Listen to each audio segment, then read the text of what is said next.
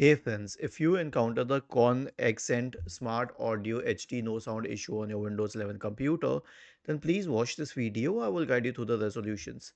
So right click on the start button, select settings from the menu, go to the system tab on the list on the left hand side, select sound and go to the current output, click on it and then scroll down. Next to audio enhancements, change the option to off. So basically you are disabling the audio enhancements.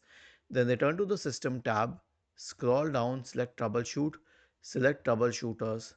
Okay, then click on run corresponding to the audio troubleshooter and let it run through.